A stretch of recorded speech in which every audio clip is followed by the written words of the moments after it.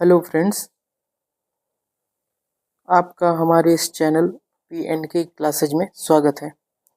आज हम बात करेंगे प्रस्तावना के बारे में। भारतीय संविधान की प्रस्तावना के बारे में बात करेंगे कि प्रस्तावना क्या है, इसकी ज़रूरत क्या पड़ी और ये हमारे संविधान को गाइड कैसे करेगा और इसमें क्या रहे हैं जो भारतीय संविधान में आगे जो सुप्रीम कोर्ट के जो निर्णय रहे हैं प्रस्तावना के बारे में, उसको हम देखेंगे।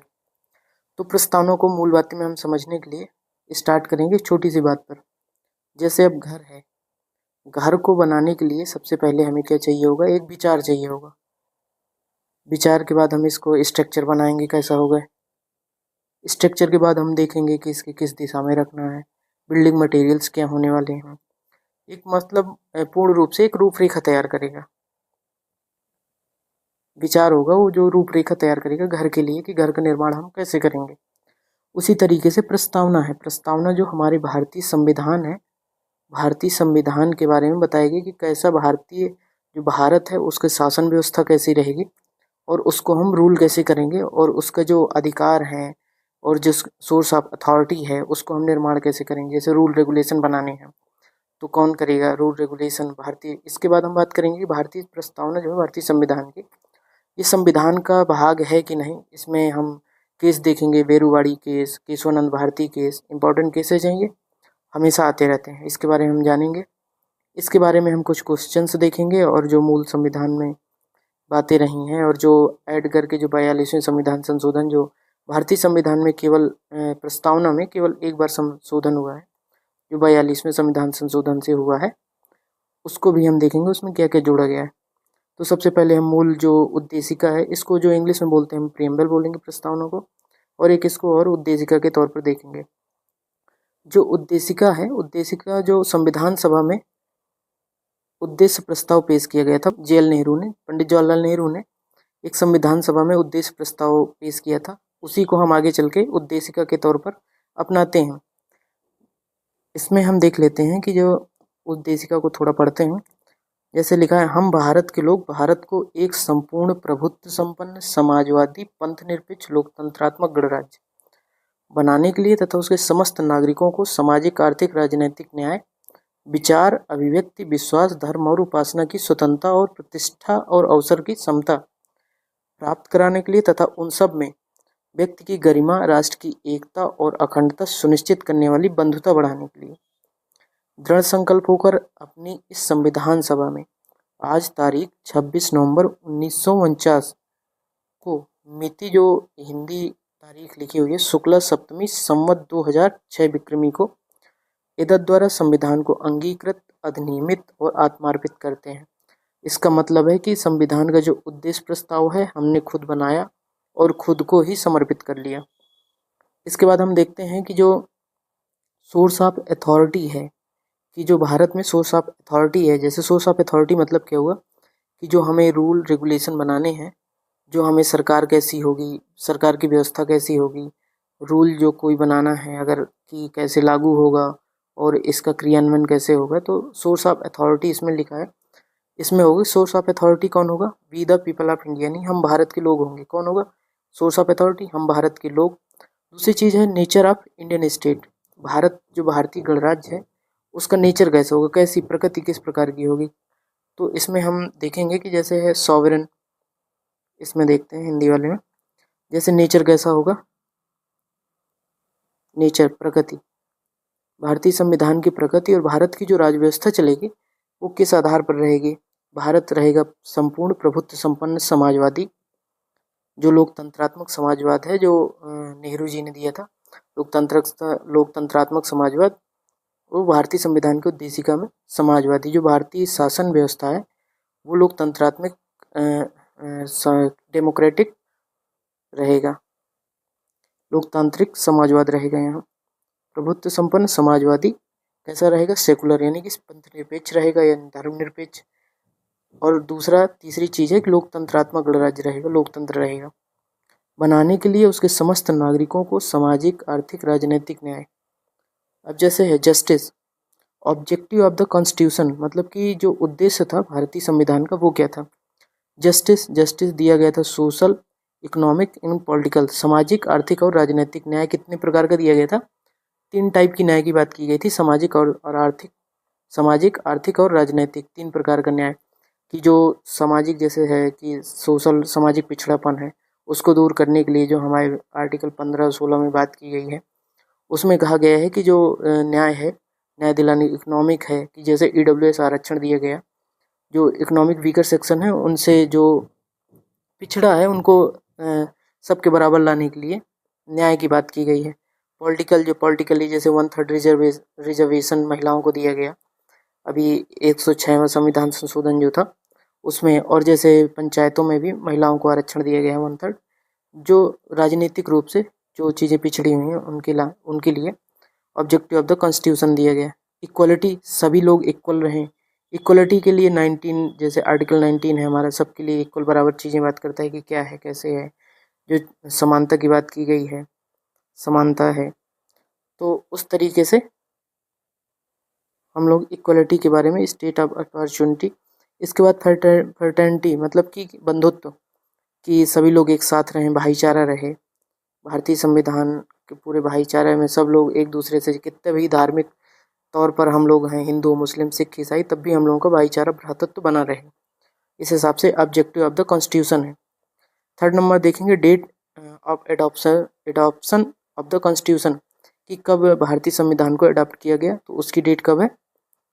26 नवंबर 1949 को। इसी दिन संविधान हमारा आत्मार्पित किया गया था, हमने खुद को ग्रहण कर लिया था।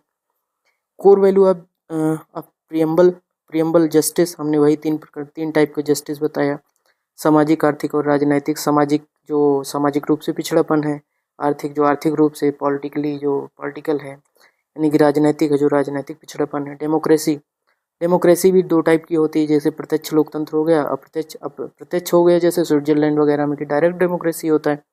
भारतीय संविधान में हमारा डेमोक्रेसी है, अप्रत्यक्ष लोकतंत्र है, जिसमें हम डायरेक्ट जनता चुनती है एमपीज चुनते हैं सीधे मिलकर, एक राष्ट्र अपने लिए प्रधानमंत्री आपस में चुनते हैं। इसके बाद राष्ट्रपति को वही एमपीज जो इलेक्टेड एमपी होते हैं वो राष्ट्रपति को चुनते हैं, निर्वाचन होता है।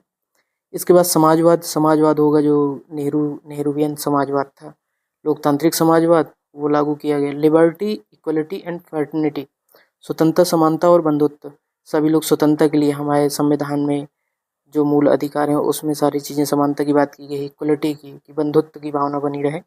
गणतंत्र, रिपब्लिक का मतलब क्या होता है? रिपब्लिक मतलब होता है कि जो गणतंत्र मतलब चुना हुआ, जैसे हमारे यहाँ का भारत का राष्ट्रपति यानी कि इलेक्टेड होता है, यानी कि सीधे जनता द्वारा, या तो कहें कि एमपी उनको इलेक्ट करते हैं, इस तरीके से इलेक्टेड होता है।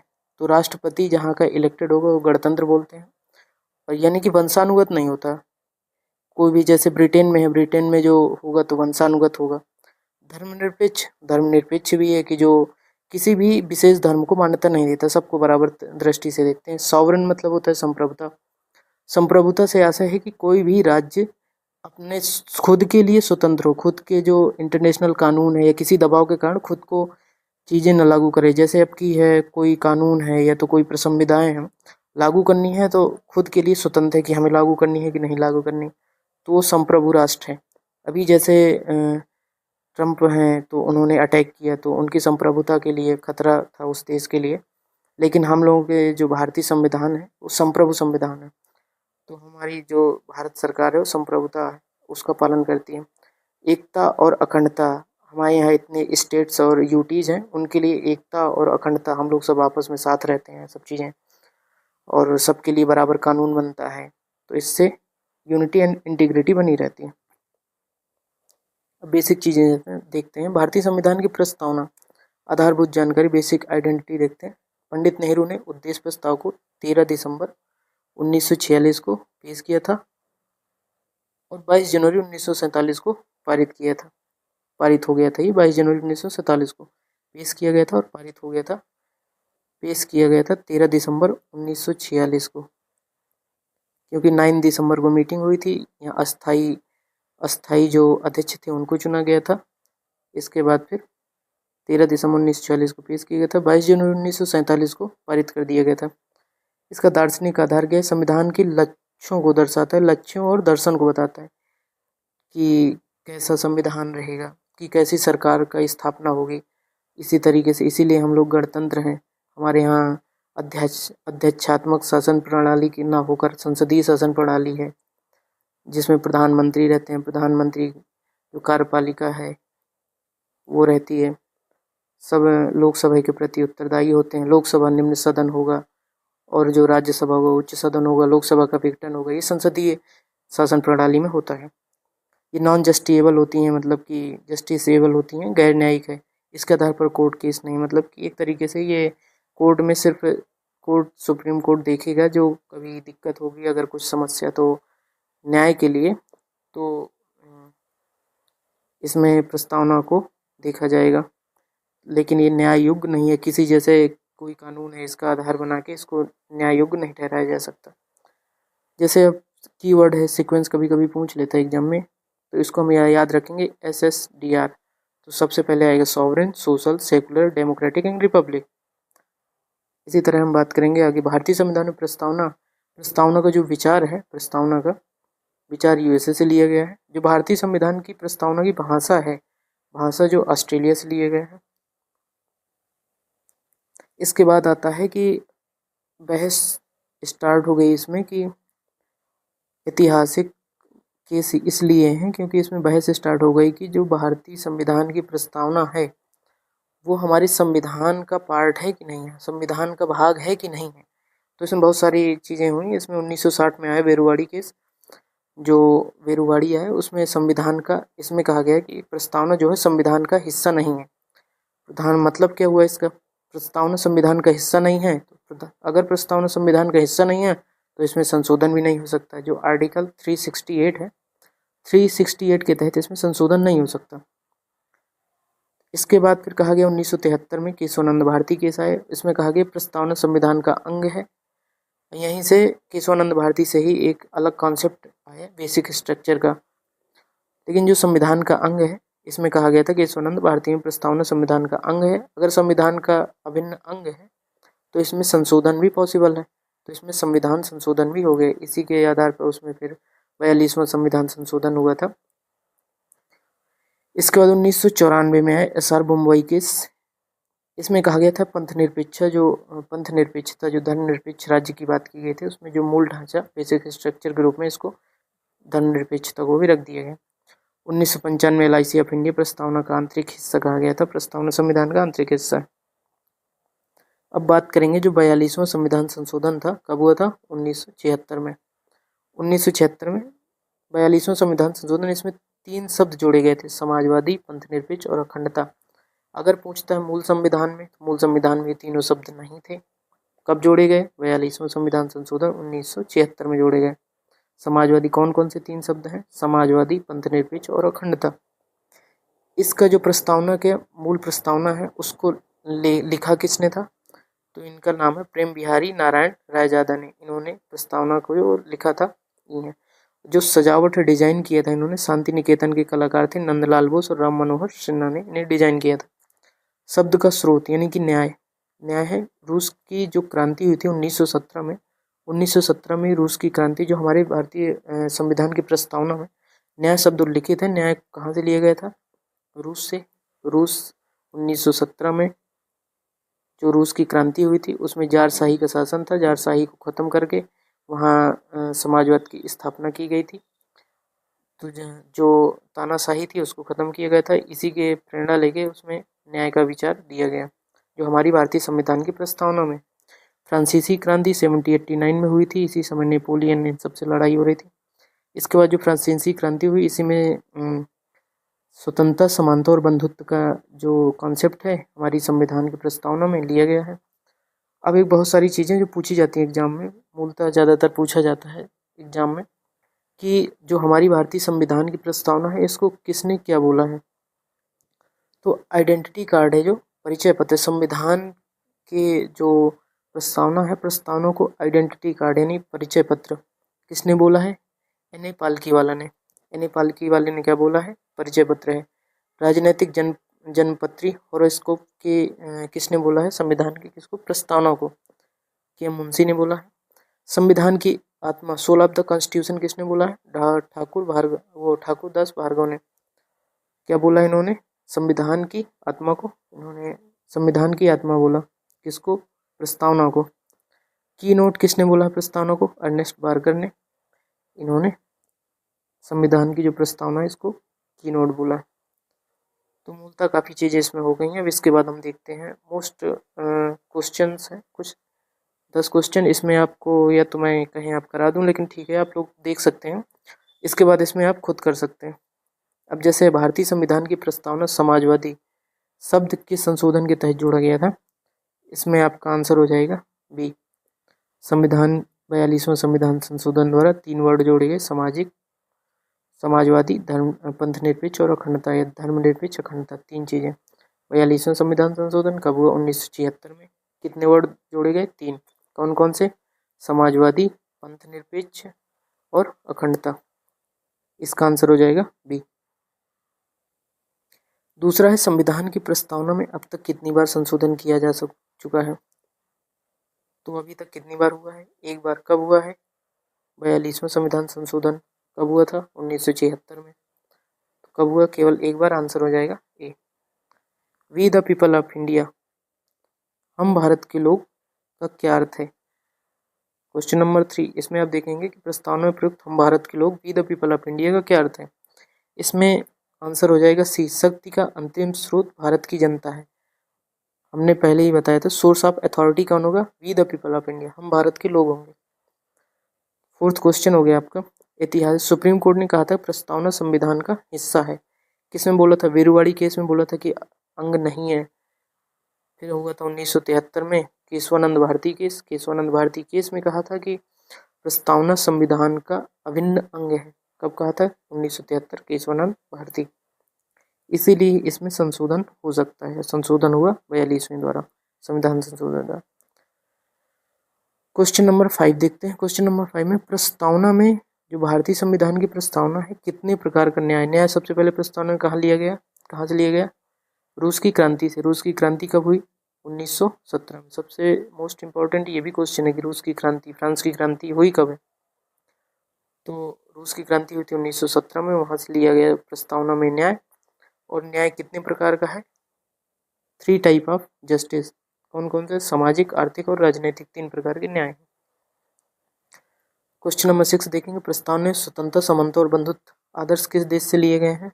जो फ्रेंच रेवोल्यूशन थी, फ्रांस की क्रांति, उधर से हुई क्या थी? 1789 में। तो वहाँ से लिया गया था स्वतंत्रता, समानता और बंधुत्व का न्याय। बंधुत्व के आदर्श जो है वहाँ से लिए गए थे। गणतंत्र, रिपब्लिक का मतलब क्या होता है? रिपब्लिक मतलब होता है गणतंत्र। गणतंत्र का मतलब होता है कि जो शासन चुना हुआ, इलेक्टेड हो, वंशानुगत ना हो। इलेक्टेड, इसका आंसर होगा बी। भारत का राष्ट्रपति निर्वाचित होता है, वंशानुगत नहीं। उद्देश्य प्रस्ताव, ऑब्जेक्टिव रेजोल्यूशन। उद्देश्य प्रस्ताव संविधान सभा में उद्देश्य प्रस्ताव का किसने पेश किया था? अब आपको पता होने उद्देश्य प्रस्ताव किसने किया था? जवाहरलाल नेहरू ने उद्देश्य प्रस्ताव भारतीय संविधान सभा में पेश किया था। क्वेश्चन नंबर 9 देखते हैं। पंथ निरपेक्ष सेकुलर राज्य घोषित किया गया, इसका अर्थ क्या है? राज्य का अपना एक धर्म है। राज्य सभी धर्मों को समान मानता है, उसका कोई राजकीय धर्म नहीं है। राज्य धर्म के विरुद्ध है, केवल अल्पसंख्यकों धर्म की आज़ादी है। इसका आंसर आप करेंगे। जैसे प्रस्तावना पंथ निरपेक्षता का मतलब हमने बताया था कि पंथ निरपेक्षता का मतलब है कि राज्य का कोई अपना धर्म नहीं होगा। जैसे हिंदू है तो हिंदुइज्म फॉलो करता है, मुस्लिम है तो इस्लाम फॉलो करता है, सिख, ईसाई। इसी तरीके से कि किसी का भी अपना एक उद्देश्य, किसी का भी अपना एक धर्म नहीं है। राज्य किसी को संरक्षण देता है। तो इस तरीके से धार्मिक निरपेक्षता, जो धार्मिक स्वतंत्रता भी हमारे संविधान में नहीं थे मूल अधिकारों में। तो इसका आंसर हो गया बी। राज्य सभी धर्मों को समान मानता है, उसका कोई राजकीय धर्म नहीं, यानी भारत का कोई राजकीय धर्म नहीं है और वो सभी धर्मों को समान मानता है। क्वेश्चन नंबर 10 है। भारतीय संविधान की प्रस्तावना में किस तिथि का उल्लेख किया गया? तो इसमें आप 26 नवंबर 1949 को हम संविधान में प्रस्तावना को आत्मार्पित करते हैं। तो इस तरीके से आप अपना देख सकते हैं। ये आंसर होगा इसका, आप अच्छे से सबको देख लेंगे और हम पुनः मिलेंगे एक नए टॉपिक के साथ। और इसमें आपको कुछ अच्छा सा चाहिए तो जो आपको समस्या करे उसमें आप बता सकते हैं और हम उसको प्रयास करेंगे कि हम एक्सप्लेन करें। तो थैंक यू फ्रेंड्स, अपना और अपनों का ख्याल रखें। धन्यवाद।